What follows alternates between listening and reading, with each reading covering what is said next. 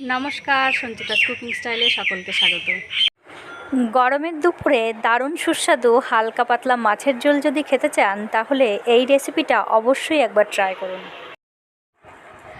আমি সঞ্চিতা, আর আজকে আপনাদের সাথে আমি শেয়ার করতে চলেছি আলু দিয়ে কাতলা মাছের হালকা পাতলা লাল মাছের ঝোল। আমি এই রেসিপিটা কাতলা মাছ দিয়ে করে দেখাচ্ছি, আপনারা চাইলে এটা রুই মাছ দিয়েও করতে পারেন। ভিডিওটা স্কিপ না করে প্রথম থেকে শেষ পর্যন্ত ভিডিওটা দেখতে থাকো। চলো তাহলে ভিডিওটা শুরু করা যাক। আচ্ছা, রান্নাটা শুরু করার আগে কিন্তু মাছটা ধুয়ে অবশ্যই পরিষ্কার করে নিতে হবে। তারপরে প্রথমে আমরা মাছটা ম্যারিনেট করে নেব।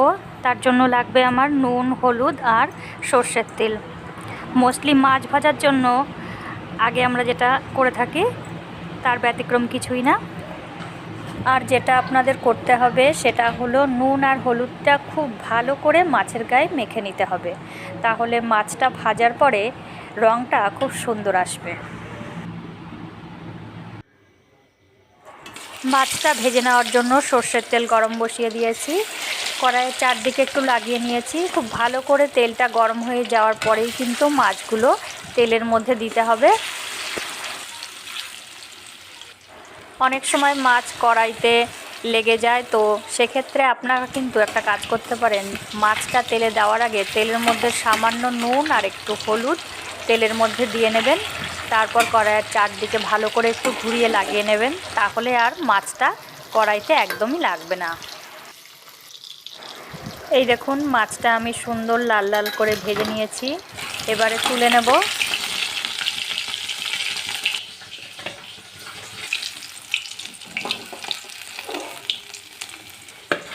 মাছটা আমি একটু লাল লাল করেই ভেজে নিয়েছি, তা না হলে পরে যখন আমরা মাছটা ঝোলে দেব তখন কিন্তু মাছটা একদম ফ্যাকাশে দেখাবে।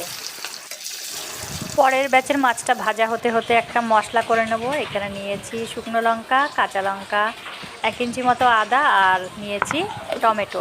এটার একটা পেস্ট বানিয়ে নেব।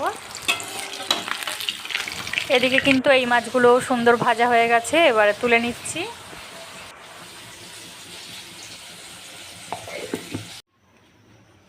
এবারে ওই তেলের মধ্যে কিছুটা আরও তেল দিয়ে আমি দিয়ে দিলাম গোটা জিরে ফোড়ন। ফোড়নটা একটু ভেজে নেব, তারপরে এর মধ্যে দিয়ে দেব আলু।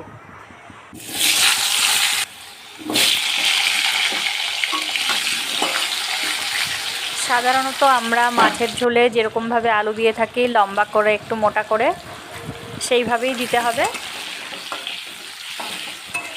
দিয়ে দিয়েছি প্রয়োজন মতো নুন আর হলুদ। আলুটা খুব সুন্দর করে একটু ভেজে নেব প্রথমে। এভাবে মাছ ভাজার তেলে আলুটা ভেজে নিয়ে রান্না করলে কিন্তু আলুর মধ্যে সুন্দর একটা ফ্লেভার চলে আসবে।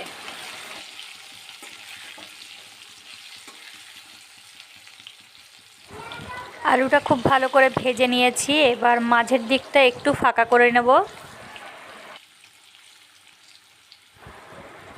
তারপর এর মধ্যে দিয়ে দিচ্ছি আমরা টমেটো, আদা আর কাঁচা লঙ্কা আর শুকনো লঙ্কার যে পেস্টটা বানিয়েছিলাম সেটা। তারপর আমরা এতে একে একে দিয়ে দেব নুন, হলুদ আর দিয়ে দেব বড় 1 চামচ জিরের গুঁড়ো। এবারে সব কিছু নেড়ে চেড়ে মিডিয়াম টু লো ফ্লেমে খুব ভালোভাবে কষিয়ে নেব। কিছুক্ষণ পরপরই একটু নেড়ে চেড়ে কম আঁচে এভাবে কষিয়ে নিলে কিন্তু মশলাটা পুড়ে যাবে না, আর রান্নাটার স্বাদটাও ভালো হবে। আমরা প্রথমে কিছুটা কষিয়ে নিয়ে আবার সামান্য কিছুটা জল দিয়ে দিয়েছি, আবারও আমি এটা কষিয়ে নেব। এভাবে অল্প অল্প করে জল দিয়ে কষিয়ে নিলে কিন্তু ঝোলের রঙটা খুব সুন্দর আসবে।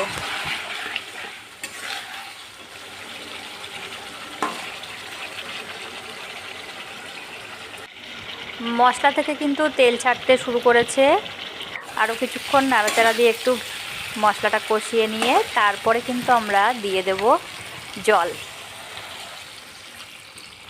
আগেই বলেছি যে পাতলা মাছের ঝোল হবে, তো সেই জন্য একটু জলটা বেশিই দেব, আর আলুটাও সেদ্ধ হবে। এবারে আমি ঢাকা দিয়ে দিচ্ছি, এতে করে আলুটাও সেদ্ধ হয়ে যাবে খুব তাড়াতাড়ি। মাঝে একবার ঢাকনাটা সরিয়ে দেখে নিয়েছি, আলুটা সেদ্ধ হয়নি এখনও, তাই আবার কিছুক্ষণের জন্য ঢাকা দিয়ে দিয়েছি। এইভাবে আমরা প্রায় দিনই মাছের ঝোল বানিয়ে থাকি, তো এই রেসিপিটা ফলো করে একবার বানিয়ে দেখুন, আশা করছি ভালো হবে। এবারে আবারও একবার দেখে নিচ্ছি। এবারে কিন্তু আলুটা প্রায় সেদ্ধ হয়ে এসেছে, তো আমরা এখনই মাছটা এর মধ্যে অ্যাড করে দেব। মাছের সাথে ঝোলটা একটু ফুটবে আর একই সাথে বাকি আলুটাও একদম সেদ্ধ হয়ে যাবে। হালকা হাতে সব কিছু একবার একটু নেড়ে দিচ্ছি ঝোলের মধ্যে।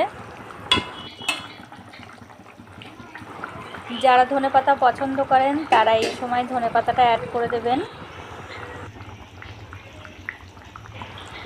ব্যাস কিছুক্ষণ ফুটিয়ে নিলেই আমাদের লাল লাল মাছের ঝোল কিন্তু একদম রেডি। গরমের দুপুরে ভাতের সঙ্গে এই ধরনের হালকা পাতলা লাল লাল মাছের ঝোল কিন্তু দারুণ লাগে খেতে। প্রতিদিনের সাধারণ রান্না হলেও অসাধারণের স্বাদ।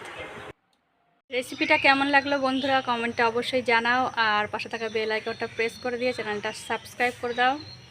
দেখা হবে বন্ধুরা আবার নতুন কোনো রেসিপি নিয়ে।